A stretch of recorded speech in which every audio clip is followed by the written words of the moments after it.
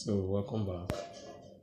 The last time we discussed dealing with logarithms, we discussed standard index form, talked about what they mean, saw examples. We treated some of these things. We wrote numbers in standard forms. Then we are given exercises. Now we want to consider logarithms of numbers greater than 1. Now let's take note of this. The most commonly used logarithms, you have the note here, they are logarithms to base 10. I have logarithms to several bases, but the commonly used logarithms, the most commonly used ones, are logarithms to base 10. So hence they are called common logarithms. So what I'm saying in essence is that whenever we refer to the term common logarithm, just know we are referring to logarithm to base 10. Any positive number can be expressed as a power of 10. For instance, 10 is equal to 10 to the power of 1. 100 can be expressed as 10 squared. You see, it's still a power of 10. 1000, instead of writing 1000, we can just write 10 cubed, or 10 raised to the power of 3. So, take note of this note here. We say any positive number can be expressed as a power of 10. Just have to take note of that. Now, note that the powers of 10 are called logarithm to the base 10. Are you there? The powers of 10 are called the logarithms to the base 10. What I'm saying in essence is that the powers can be called the logarithms. Another word for logarithm is power. That's a simple explanation to that. That is understandable. And these powers of 10 are called logarithms to the base 10. That is to say that the number is equal to 10 raised to the logarithm. Are you saying it? This number is equal to 10 to the logarithm. The logarithm here is a power. That is an attempt to explain the fact that I just mentioned before, that the powers of 10 are called logarithms to base 10. This is logarithm to this base. Now let's take some examples. We have 850.9. This 850.9, writing it in standard form, you know what to do. We have to move the points down to the home. How many times? 1, 2. So that is 8.509 times 10 is the power of 2. That's in standard form. Now, you see that the logarithm of 8.509, that is the logarithm of this, is simply 0.9299. If you check your logarithm table, you see that the logarithm of 8.5099, that is to say that 85 under 0 difference under 9 is 0.9299. Therefore, we can say 850.9, which is this, is the same thing as 10 raised to the power of this. That is to say that the power to which 10 will be raised is this, times 10 raised to the power of 2. I don't know whether you get the logic. I will teach you how to check the logarithm of numbers, but focus on this first. The logarithm of this, which is this, is 0.9299. Remember what logarithm is. The logarithm we say is the power to which the base 10 must be raised. So that is to say that 850.9 is the same thing as, since 850.9 is this, I will know that the logarithm of 8.509 is this. And we say that the logarithm refers to the power to which 10 is raised.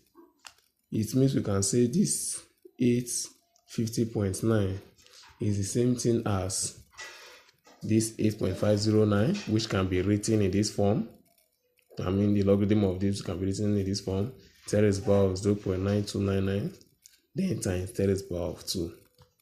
It's simple to get right. Now that is the same thing as, remember the law of indices. When the base is the same, pick the base and add up the powers, provided they are multiplying each other. So this is 10 is the power of this plus this. We simply added up the powers, laws of indices. And that is equal to, if you add this to this, we have 2.9299, right? So we have 10 to the power of 2.9299.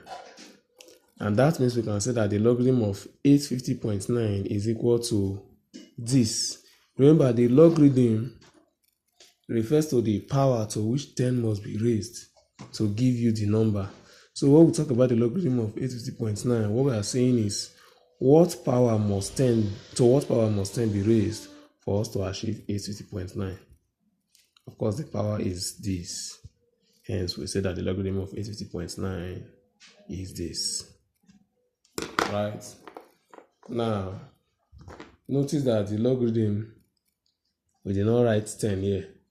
We know we are dealing with the common logarithm. Whenever we are dealing with logarithm to another base, it will be specified. We may say logarithm to base 5, to base 6, to base 3, it will be written.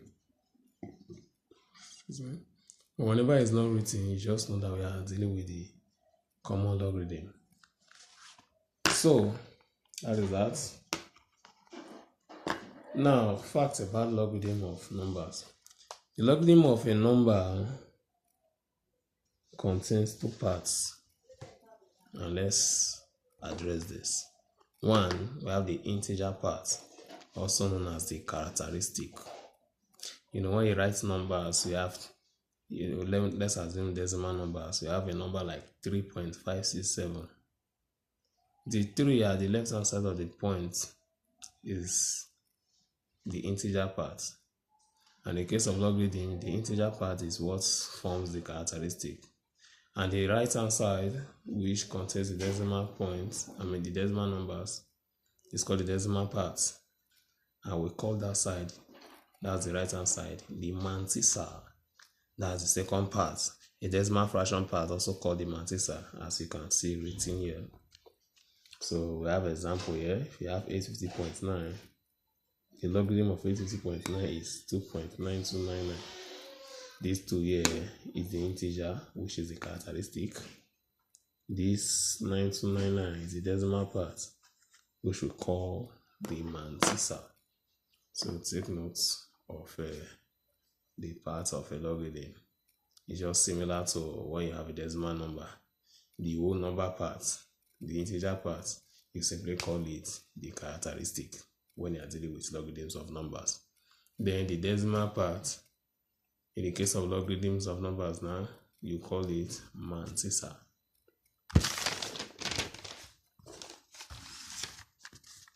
I have an example here. 850.9 is the same thing as 8.509 times 10 to the power of 2. You remember how to do that in standard form? Yeah. Just in case you've forgotten, the point is that we have to move the decimal point to the whole. That is to say that it should come immediately after the first significant digit, which happens to be 8 in this case. 1, 2, we move it backwards, right? Twice. Say 1, 2. So for us to have the point here, we move this backwards twice. So we have 8 points. The point is no longer here. 8.509 times 10 to the power of 1, 2. That's how we got this 2 here. Now the power of 10 in this case is 2. So we have 2 here as the power of 10. Do you understand that? Now in a similar vein, 6.395, if you have to write it in standard form, this is simply 6.395 times 10 to the power of 0. By the way, why are we having 0 here? Remember that if you want to write in standard form, the decimal point has to be at the whole. That is immediately after the first significant digit. Now it's already there, so no need to move it again. Since it was not tampered with, we just rewrite it. And it means it was not moved at all. So we have times 10 to the power of 0. It wasn't moved at all. So just have 0 there as the power. The characteristic in this case is 0. Now for this number 3.95, the characteristic is 1. Why? 0, 1. You see where the point is? It's not at this home of 0. Rather, it is here. 1. If it was here, it would be 0. 1. So we have 6 points. If you have to move the point to this place, it will be 6.395 times 10 to the power of. How many times did you move it? Once. The characteristic is 1. So the same principles apply to this and this. The decimal point in this case, since you can't see decimal point is at the end. So if you have to move it to this place, this will be 1, 2, 3. See it? As I will go to 3 here. So let's take more examples. Question says use tables to find the logarithm of these following numbers. Use this, and that. Now, here you are going to learn how to use logarithm tables. How to use tables to find logarithms of numbers. The first one here is 6.895. How do you do it? There is a book known as 4-figure table. That book contains the logarithm of numbers, anti-log of numbers, and other facts as well that you may need. In this case, I have it here in my textbook, so I wouldn't need to get that. I will use the textbook I'm using here since I have it incorporated in the book already. Now the first one, let's find the logarithm of this. How do we find the logarithm? See the number 6.895. First of all, we have just one digit at the left hand side, at the part of the whole number. So to get our characteristic, we subtract 1. Remember, whenever you want to get a characteristic, you always subtract 1 from the number of digits. So since we have one digit, the characteristics will be 1, that's the one digit, minus 1, which is 0. So our characteristic is 0. Now to get the mantissa refers to this digit at this other side. Idea with me? As 0.895. Hence, we can say that the logarithm. Let's get this. We have this 0.895 is you don't just calculate that this is mantissa. Take note. You look for the logarithm of these numbers. How do you look for the logarithm? Look at this digit. Well, you look for 68 under 9. Then difference under 5. Let's go to our figure table. 68 under 9. Demarcated here. So you look for logarithm of numbers. So logarithm of numbers. You look for 68. 68. We have our 68 somewhere here.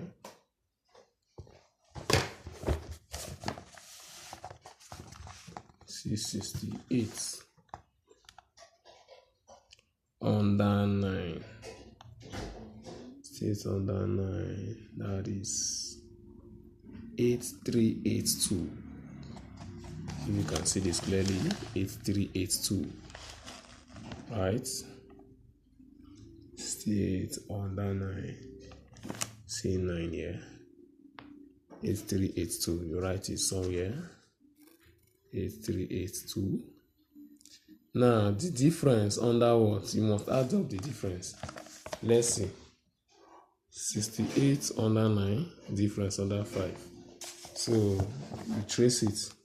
That's 68 under 9, we got 8382. Now we also look for the difference under 5. See the difference column here or row. Difference under 5.